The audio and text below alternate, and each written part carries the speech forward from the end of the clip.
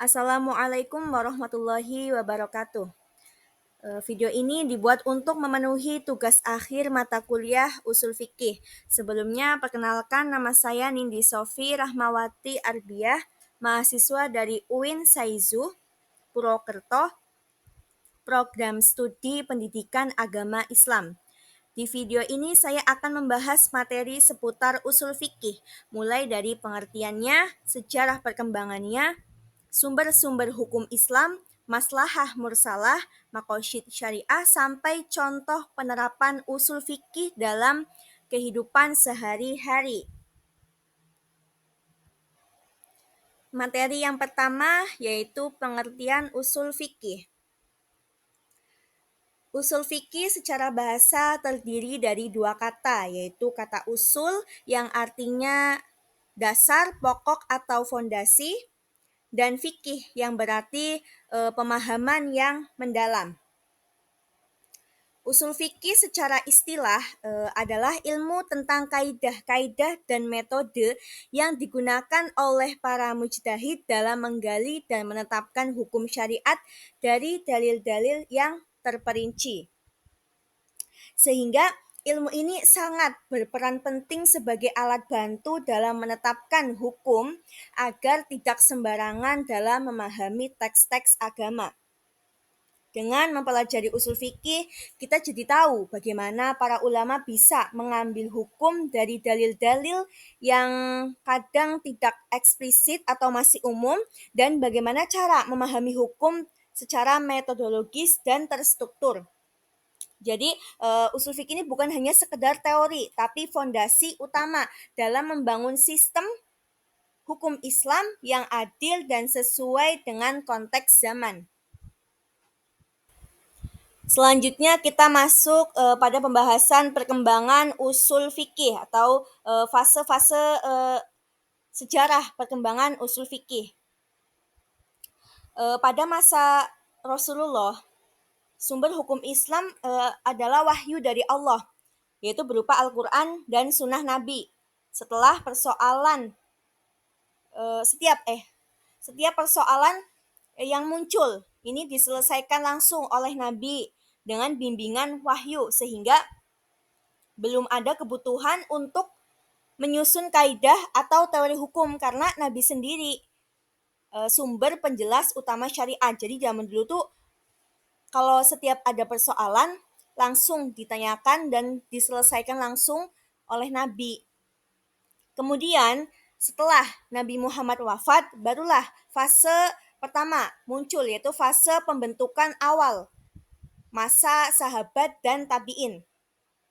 Periode ini tuh berlangsung pada abad ke-1 Hijriah hingga awal abad ke-2 Hijriah, yakni masa sahabat dan tabi'in. Nah, pada fase ini, ilmu usul fikih ini belum dibukukan. Para sahabat dan tabi'in menggunakan ijtihad secara langsung berdasarkan pemahaman mereka terhadap Al-Quran dan Sunnah. Praktik usul fikih dilakukan secara alami dan implisit tanpa konsep atau teori yang tertulis. Misalnya, contoh Umar bin Khattab pernah menunda pembagian harta rampasan perang yang seharusnya dibagi sebagaimana dilakukan Nabi, karena melihat adanya maslahat baru untuk umat. Begitu juga Abdullah bin Mas'ud yang menggunakan qiyas dalam beberapa kasus seperti dalam menentukan hukum bagi wanita hamil yang berzina. Nah, metode ijtihad yang digunakan saat itu lebih bersifat bayani, berbasis teks dan qiyas sederhana. Kemudian fase kedua yaitu fase kodifikasi awal. Fase ini berlangsung pada abad kedua hingga abad ketiga Hijriah. Nah, tokoh sentral tokoh pada masa ini adalah Imam Asy-Syafi'i yang wafat pada tahun 204 Hijriah. Beliau dianggap sebagai bapak ilmu usul fikih karena berhasil menyusun prinsip-prinsip dasar usul fikih secara sistematis dalam kitab monumentalnya yaitu Ar-Risalah. Nah, dalam kitab ini Imam Syafi'i menjelaskan dalil-dalil hukum seperti Al-Quran, Sunnah, Ijma' dan Qiyas, serta bagaimana menggunakan kaidah bahasa Arab dan istidlal dalam menggali hukum dari nas. Kemudian fase ketiga, fase pengembangan dan perluasan mazhab yang berlangsung pada abad keempat hingga ketujuh Hijriah. Fase ini adalah masa keemasan ilmu fikih, usul fikih. Nah, pada masa ini berbagai mazhab fikih menyusun kitab-kitab usul fikih mereka sendiri. Nah, muncul dua pendekatan penulisan. Yang pertama ada pendekatan mutakalimin, yaitu sistematis dan lebih netral dari pengaruh mazhab, digunakan oleh ulama Syafi'iyah dan Malikiyah. Kemudian pendekatan fuqaha yang disusun sesuai prinsip mazhab. Nah, ini menjadi ciri khas ulama Hanifiyah. Nah, tokoh-tokoh penting di fase ini antara lain yaitu ada Al-Baqilani dengan karyanya Takrib wa Al-Irsyad.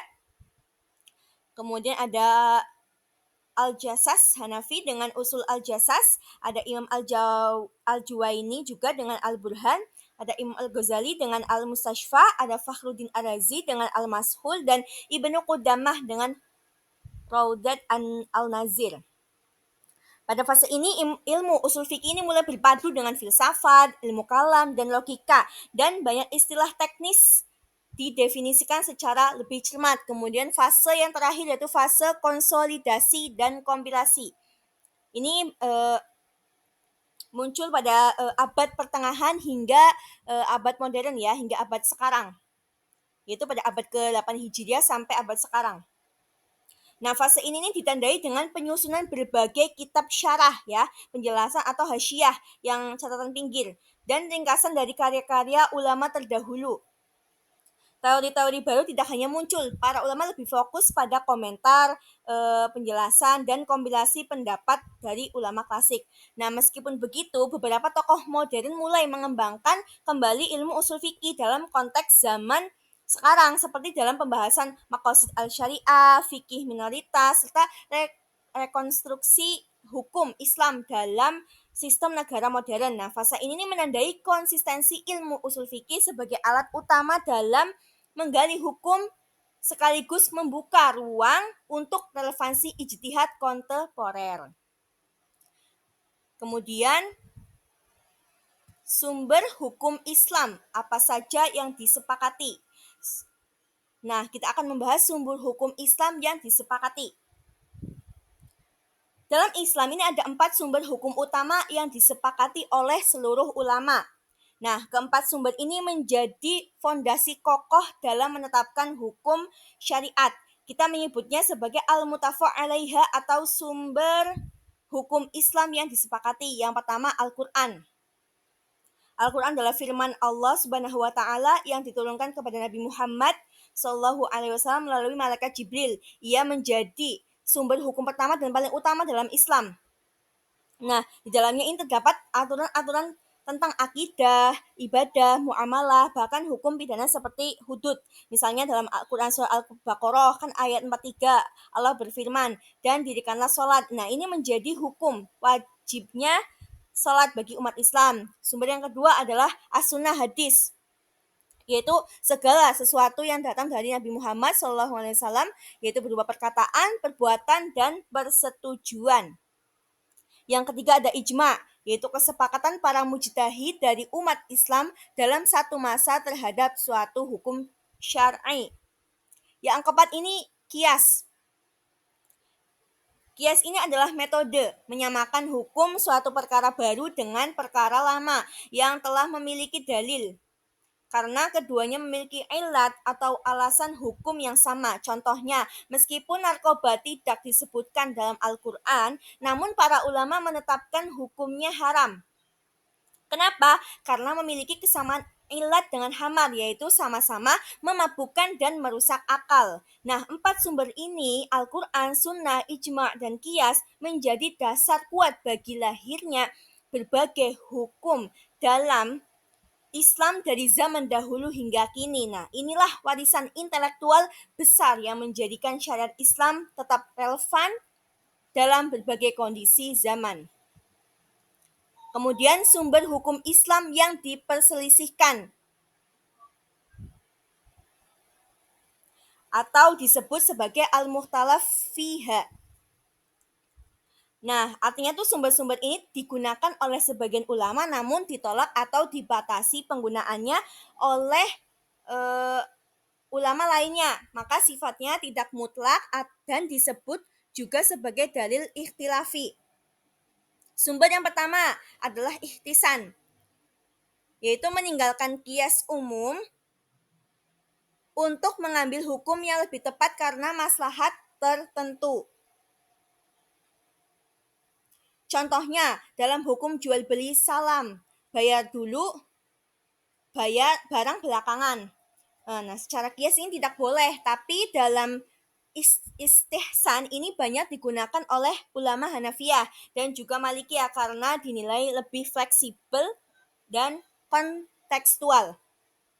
Yang kedua, sumber kedua itu istishab, yaitu menganggap hukum yang telah berlaku tetap berlaku sampai ada dalil yang mengubahnya. Contohnya, seseorang dianggap masih dalam keadaan suci wudhunya sampai ada bukti atau keyakinan bahwa wudhunya batal. Nah, metode ini digunakan untuk menjaga kepastian hukum dalam keadaan tidak ada dalil baru.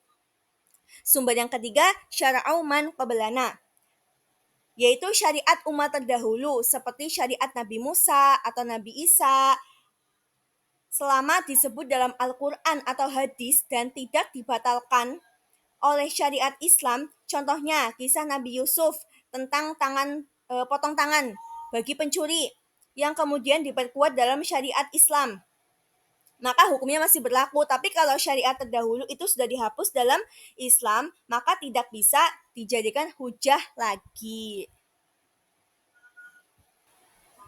Dan yang terakhir adalah maslahah mursalah, yaitu kemaslahatan umum yang tidak ada dalil khususnya namun juga tidak bertentangan dengan nas syariat. Maslahah mursalah ini secara bahasa terdiri dari dua kata. Maslahah berarti segala bentuk kemanfaatan atau sesuatu yang membawa kebaikan. Mursalah artinya dilepaskan atau tidak terikat. Jadi, maslahah mursalah adalah kemaslahatan yang tidak secara eksplisit diakui atau ditolak oleh dalil syar'i, namun sejalan dengan tujuan syariat.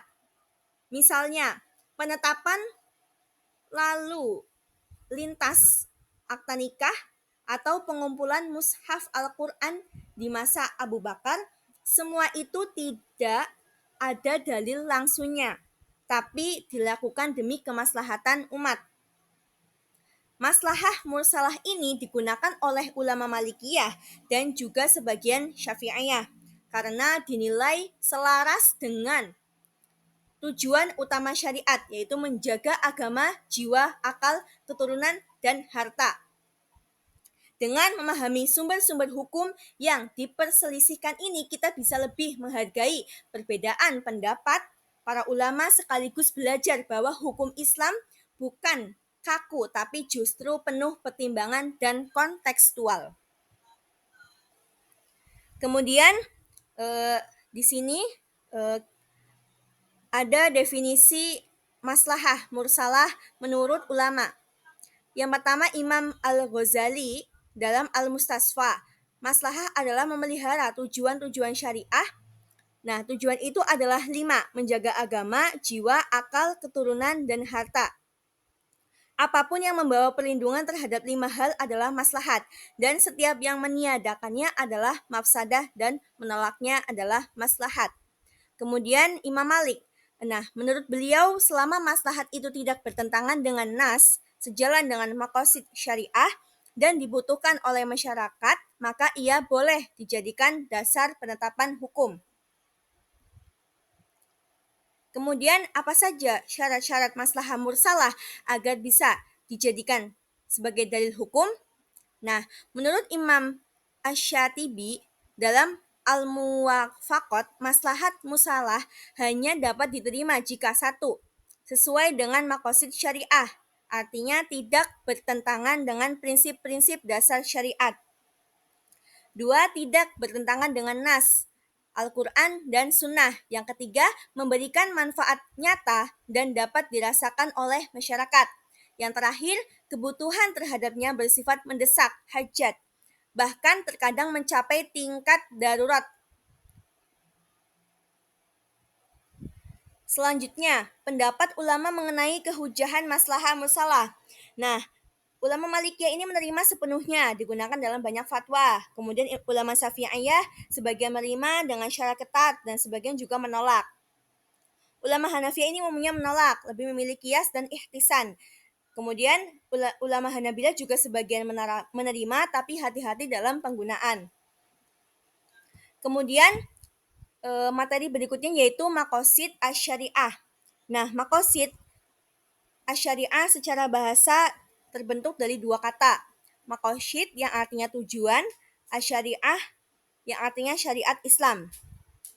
Secara istilah, maqasid asyariah adalah tujuan, hikmah, dan maksud utama yang ingin dicapai oleh Allah Subhanahu wa taala dalam menetapkan hukum-hukum syariat untuk kemaslahatan manusia baik di dunia maupun di akhirat. Kemudian tujuan pokok maqasid asyariah. Nah, para ulama ini menyepakati bahwa maqasid terbagi dalam 5 prinsip utama yang dikenal dengan istilah ad-daruriyat al-khamsah, yaitu yang pertama hifz al-din, menjaga agama, hifz an-nafs, menjaga jiwa atau nyawa, hifz al-aql, menjaga akal, hifz al-nasl, menjaga keturunan, dan hifz al-mal, menjaga harta. Kemudian, dari semua materi yang telah dipaparkan, berikut contoh kegunaan memahami usul fikih dalam kehidupan sehari-hari. Yang pertama, kita tidak mudah terseret pemahaman ekstrim. Yang kedua, tahu dalil bukan cuma Al-Quran dan hadis. Kemudian yang ketiga, tahu cara menyikapi perbedaan pendapat ulama.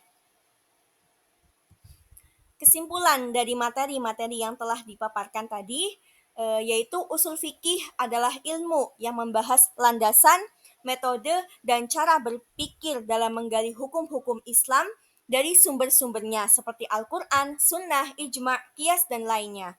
Ilmu ini lahir dari kebutuhan untuk menjaga keutuhan hukum Islam dan membimbing umat dalam menghadapi berbagai persoalan hidup, baik di masa klasik maupun masa kontemporer. Alhamdulillah, itulah pembahasan singkat mengenai usul fikih mulai dari pengertian sejarah perkembangan sumber hukum Islam, maslahah mursalah, maqasid syariah, hingga penerapannya dalam kehidupan. Semoga penjelasan ini bisa memberikan pemahaman yang lebih jelas tentang bagaimana hukum Islam ditetapkan dengan dasar-dasar yang kuat dan logis. Terima kasih sudah menyimak sampai akhir.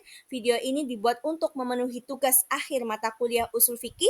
Mohon maaf jika masih banyak kekurangan dalam penyampaian. Semoga tetap bermanfaat. Wassalamualaikum warahmatullahi wabarakatuh.